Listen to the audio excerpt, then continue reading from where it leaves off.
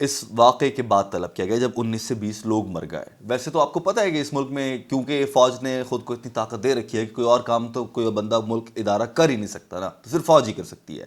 جب فوج کو طلب کرنا تھا تو ٹائم پہ کرتے, 2 دن بعد کیوں؟ جب فواد چودھری جشن منا رہے تھے کہ سیاح بہت بڑی تعداد میں آ رہے ہیں, ٹریفک جیم ہو گیا ہے, واہ واہ واٹ اے بیوٹی, کیا سیاحت کھول دی ہم نے, کیا عمران خان نے کام کر دیا, ہیرا ہے آپ کا, اس ٹائم پر فوج کو طلب کرتے, روکتے بھائی آگے مت جاؤ, آگے بڑھ جاؤ گے سارے کے سارے, مگر کس نے نہیں روکا. لہٰذا فوج کو اب طلب کیا جا رہا ہے, یہ غلط ہے. 2 دن سے انتظامیہ مزے کر رہی تھی, آدھے وزراء خود سیاحت کے مزے لے رہے تھے اور اپنے جس طرح سے بھی پارٹی کر سکتے ہیں کر رہے تھے.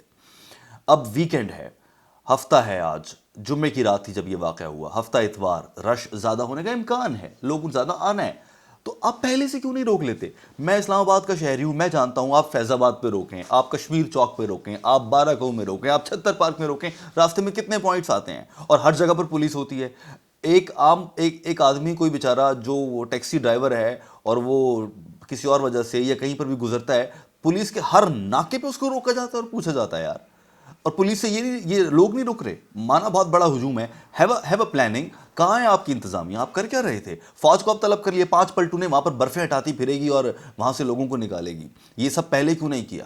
اور یہ ہر سال ہوتا ہے, آپ بھی جانتے ہیں, میں بھی جانتا ہوں, ہر سال یہاں پر سیاح آتے ہیں, ہر سال گاڑیاں پھنس جاتی ہیں, ابھی ہنزا میں بھی یہی سب ہوتا ہے, آپ بھی جانتے ہیں, ہر سال لینڈ سلائڈنگ کے لوگ, یہ تو بھیڑ بکریاں ہیں, مر جائیں گے یار, مرنے دو, ہمارا کیا جاتا ہے, آپ کو ایسے لے جاتا ہے. اس پورے معاملے میں دوستو المیے کی جو بات ہے وہ یہ ہے کہ اس طرح سے لوگوں کے مر جانے کو, آپ یہ مناظر تو دیکھیے, ایک مہران میں, ویسے تو مہران والی فیملی بھی چلتی ہے, آپ جانتے ہیں تھوڑی مڈل کلاس کی زندگی جی رہے ہوتے ہیں, ایک مہران کے اندر ایک باپ, اس کے سامنے اس کی بیوی, اس کی 2 بیٹیاں اس کے سامنے مری ہوں گی دم گھٹنے سے, سردی سے. آپ یہ مناظر دیکھیے, ذرا سوچئے, یہ سب کچھ میں نے جب فواد چودھری کی ٹویٹ آج سے 2 دن پہلے 5 جنوری 2022 کو دیکھی تھی, وہ یہ اس میں شوخی مار رہے تھے کہ ہم نے سیاحت کہاں لے گئے ہیں دیکھیں, میرے ذہن میں یہ خوف آیا تھا کہ کل کو یہ بھی تو ہو سکتا ہے, ان کو روکو. مگر اور میں نے اپنی طرف سے بطور پاکستانی جو میں کر سکتا ہوں, ایک ٹویٹ پر ان کو رپلائی بھی کیا کہ یار یہ تو ہر سال ہوتا ہے, آپ اس میں کون سا بڑا کام کر رہے ہیں. مگر آج یہ واقعہ آپ کے سامنے ہے دوستو, لہٰذا یہ ایک اشارہ ہے کہ آپ اور میں ان گدھوں کے لیے کچھ نہیں ہیں, آپ اور میں ان حکمرانوں کے لیے کوئی اہمیت نہیں رکھتے. یہ جب آپ کی گلی محلے میں ووٹ مانگنے آئے تو اس بار جوتے منہ پر ماریں. یاد رکھیے, اگر آپ نے یہ سب نہ کیا تو آپ آنے والے اگلے سال مری میں ایسے لوگ مر رہے ہوں گے, پھر میں یہاں بیٹھ کر چیخ رہا ہوں گا اور آپ دیکھ رہے ہوں گے, پھر کوئی ماں جنازہ اٹھائے گی اپنے بیٹے کا مری جیسے شہر سے, پھر کوئی بیٹی اپنے باپ کے سامنے جان دے گی. اس باپ کے دل پہ کیا گزرتی ہوگی جب اس کی آنکھوں کے سامنے اس کی بیٹی مر رہی ہے سردی سے, رات کا وقت ہے, گاڑی کے اوپر برف پڑی ہے, ہر طرف برف ہے, کہیں نکل کے جا نہیں سکتے, باہر نکلے تو یہ بھی ڈر ہے کہ موٹر وے جیسا واقعہ ہی نہ ہو جائے, کوئی آ کر تمہاری بیٹیوں کو بھی اغوا کر لے گا. کہاں جا سکتا ہے ایسا انسان؟ آپ کو اور مجھے یہ حکومت, یہ انتظامیہ, یہ ملک کی عدالتیں, یہ فوج, یہ نظام, یہ معاشرہ آپ کو یہ سمجھتا ہے کہ آپ یوں مریں گے, اور یہ کل کو میں بھی یوں مر سکتا ہوں, آپ بھی مر سکتے ہیں, اس میں کوئی انوکھی بات نہیں ہے. جس کے پاس تھوڑا پیسہ ہے, مہران کی اچھی گاڑی, وہ بھی مر سکتا ہے. لہٰذا بہرحال ہمیں اس پہ کچھ کرنا پڑے گا, باہر نکلنا پڑے گا. اس میں کہیں سے بھی ذمہ دار سیاح نہیں ہیں. جو یہ سوال اٹھ رہا ہے کہ اس معاملے میں ذمہ دار سیاح ہیں یا پھر حکومت ہے, بہت سے لوگ یہ کہہ رہے ہیں کہ جب منع بھی کیا تھا کہ مت آؤ تو پھر کیوں آئے. 2 باتیں ہیں, اگر سیاحوں کو منع کیا گیا تھا اس کے باوجود وہ آئے ہیں تو اس کا یہ مطلب ہے کہ وہ لوگ جاہل ہیں, بدتمیز ہیں, کیونکہ منع بھی کیا پھر بھی آ گئے. مگر وہ ایسے کیوں ہوئے؟ ان کے پاس کوئی آپشن ہی نہیں ہے خود کو خوش کرنے کا. وہ خود کو خوش کیسے کریں؟ گھروں میں خاندانی نظام تباہ ہوئے پڑے ہیں, بھاوج, نند, فلاں, منگنی, اس کی توڑ, اس کی شادی, اس لڑائیوں میں الجھے ہوئے ہیں گھروں میں.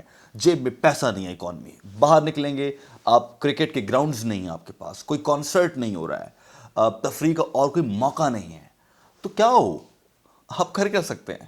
چلے جاؤ کہیں گھومنے کے لیے یار, کوئی 4 جگہیں قدرت نے جو دی ہیں ملک میں وہیں جائیں گے نا. ان کا کیا قصور ہے؟ وہ تو اپنے گھر سے بھاگیں گے نکل کے باہر, وہ تو معصوم لوگ ہیں, وہ تو گھٹن زدہ معاشرے میں رہ رہے ہیں, انہوں نے تو نکلنا ہے. انتظامیہ کا کام تھا. اگر یہ پولیس ویسے تو بڑی جاندار ہوتی ہے پولیس, آپ ایک دفعہ وزیراعظم ہاؤس میں داخل ہو کر دکھائیں, یہ پولیس اتنی متحرک ہوتی ہے اس ٹائم پر. اور جب سیاح سارے جا رہے تھے مری میں تو پولیس نے کیا کیا؟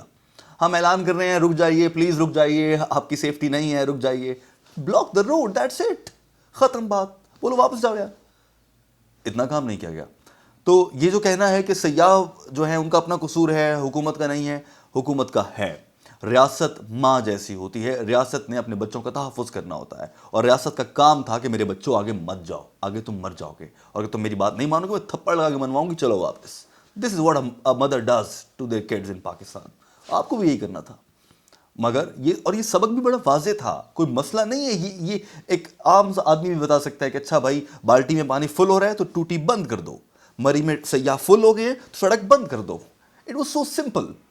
مگر کسی نے نہیں کیا, کیونکہ فکر ہے نواز اور شہباز سے پیسے کیسے نکلوانے ہیں. احتساب میرا کہاں پہنچا ہے, میں نے جو میرے ارد گرد وزراء ہیں وہ میری تعریفیں کر رہے ہیں کہ نہیں کر رہے ہیں, کس وزیر نے ٹاک شو میں کیا کہا, ہم کس معاشرے میں جی رہے ہیں, اس پر سوال کرنا ہوگا, آپ کو کرنا ہوگا. آواز اٹھائیے.